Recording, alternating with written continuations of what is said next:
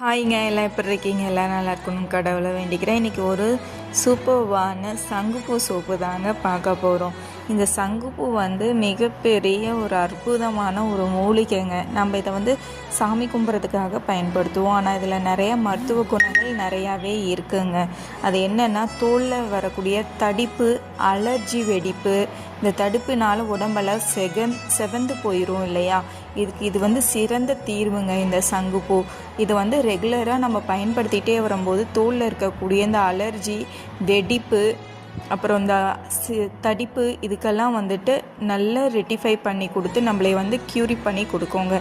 இந்த சோப் நம்மக்கிட்ட அவைலபிளுங்க.